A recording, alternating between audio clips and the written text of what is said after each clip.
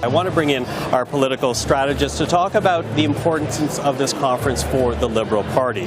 Now, Susan Smith is principal with Blue Sky Strategy, Sean Murphy, senior consultant with Earnscliffe Strategies, and Anne McGrath, the national director for the NDP. Nice to see the three of you. See you, Michael. See you. Now, when I began this program, as obviously telling people at home, this is not a leadership convention. This is a policy convention. But given the potential of an election in 24, perhaps in 2020, well, by 2025, certainly. How important is this for the Liberal Party? What do they need to accomplish? Susan? Well, there hasn't been a convention since COVID. Normally, parties have conventions every 2 years. So what they have an opportunity to do today, and I think when you see François-Philippe Champagne getting everybody up on their feet, it's rejuvenate the party, reinvigorate the party, re-inspire people. There's a great crowd here today, a lot of young people, a lot of longtime party veterans, and so the party has an opportunity to talk policy, but what they need to do is energize their soldiers, the people who'll do the ground game and be ready for when an election happens. Sean?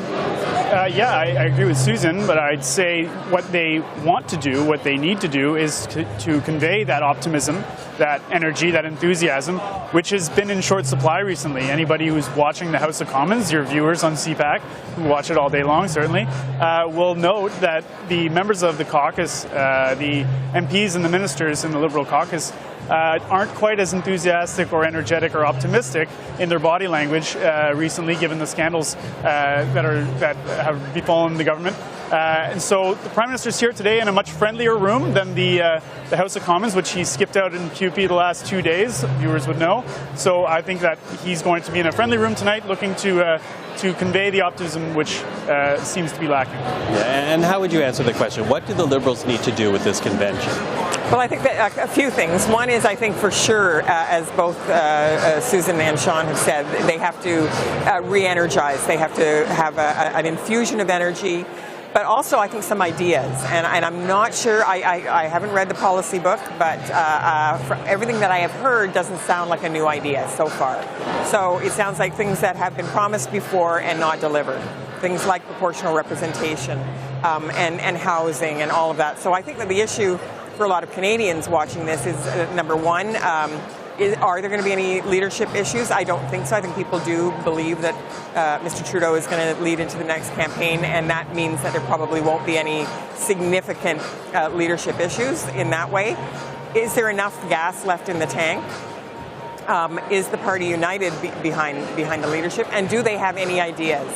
And will they actually present things to Canadians that will deal with the very serious issues that are facing people right now? I listened to that panel, and it was very positive and upbeat in a period of time where a lot of Canadians are feeling a little beaten down and worried. And so I feel like there was a bit of a disconnect there.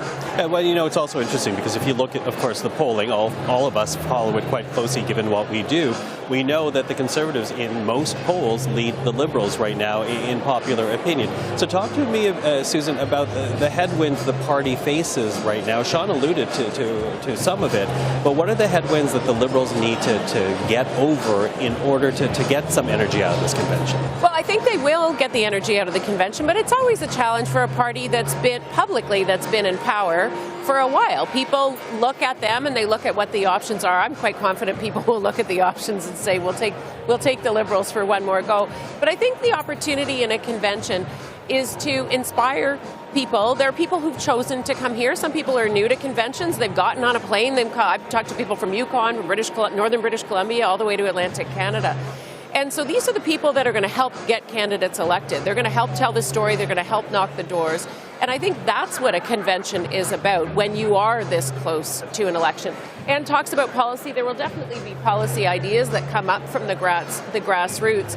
But I think most parties keep the really, really big ones a little bit close to their chest for closer to an election. But there's also an opportunity to talk about childcare, to talk about dental care. That was done in conjunction with the NDP, there's no question. But we've managed through the COVID and the pandemic. Our economy, Chrystia Freeland was talking about Moody's and how our credit rating is up and it's good. So I think it's a chance to remind people of the good things that the government has been doing. Yeah, Sean, talk to us about headwinds, because you alluded to it a bit. Build on that, because, if you look at the numbers, it's not as if a re-election or another mandate is necessarily in the bag for Trudeau or the Liberals. No, absolutely. And I'd say the headwinds are economic and the mood of the country. Basically, the tip of everybody's tongue right now, everybody's number one issue is affordability. And every party's number one issue that they're trying to communicate on is affordability. But every party's getting knocked off their own message by scandal. So this is it's knocking the Liberals off of their affordability message because they're having to defend themselves on multiple fronts on the issue of Chinese election interference, and it's even knocking off the opposition parties who want to talk about affordability. But how do you not talk about the issues that have been dominating the House of Commons in the last couple of days? So. On the affordability issue, one of their headwinds is going to be credibility. You can't be in power for 8 years and still say we've got a plan to get us out of the issues that you're all facing. You lack credibility when you say we're going to do something different, but you're the ones who have been in charge the whole time. And what would you say to that? Well, I mean, I don't disagree with that. I think that I absolutely think that the issue of foreign interference in elections and in our democratic institutions generally poses a big problem, I think, for all of the parties, to be honest. And I think it's because the kind of either drip, drip, drip or kind of, daily kind of stuff that keeps coming out about this really does shake people's confidence and faith in our democracy. So I believe, and we've said this all the way along, I think we've been very consistent, I think that they have to go to a public inquiry. I think that it is really hard to handle this issue the way that it's being handled right now. It can't be kind of a daily defensive move. They have to move to that public inquiry and really deal with that. I mean, one of the things I've been saying when people ask about an election and when it's going to be in that, is there faith in the electoral process right now? And I think we have to get there for sure so that we can have an election, whether it's in 24 or 25, and actually have faith that it is a fair and democratic election. Even though I think everybody agrees and knows that the outcome wasn't really altered by this, there is a lot there. And the recent news about Michael Chong, I think is horrifying, actually. And so it's hard to get onto the kind of the vision that you have to provide when you're going for another mandate after 8 years.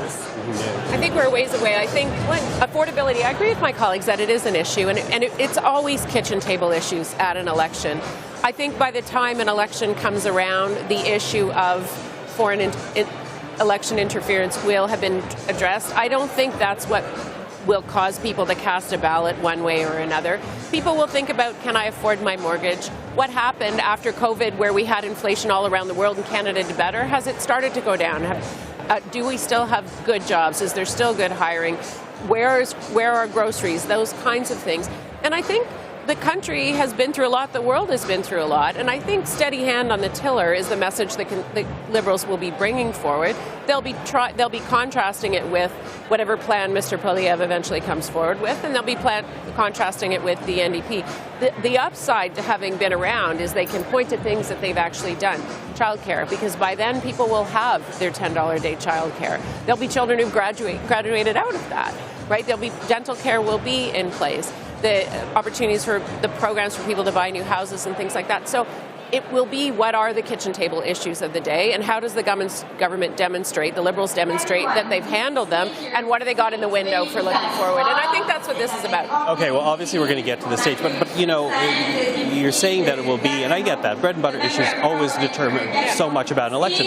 But what about credibility? What about likability as well for Justin Trudeau? Because he is getting hit on this with the whole China. I'll take Justin Trudeau or Pierre Poilievre any day, and I think there are a lot of if it's going to be a likability issue, go for it. I'm looking forward to that one. Again, credibility and likability based on how he's handling the whole issue of foreign interference and the drip, drip, drip that Anne is talking about. Sean, what would you say about that? I'd say there is definitely a credibility issue for the government, and that's a natural factor of being in power for 8 years.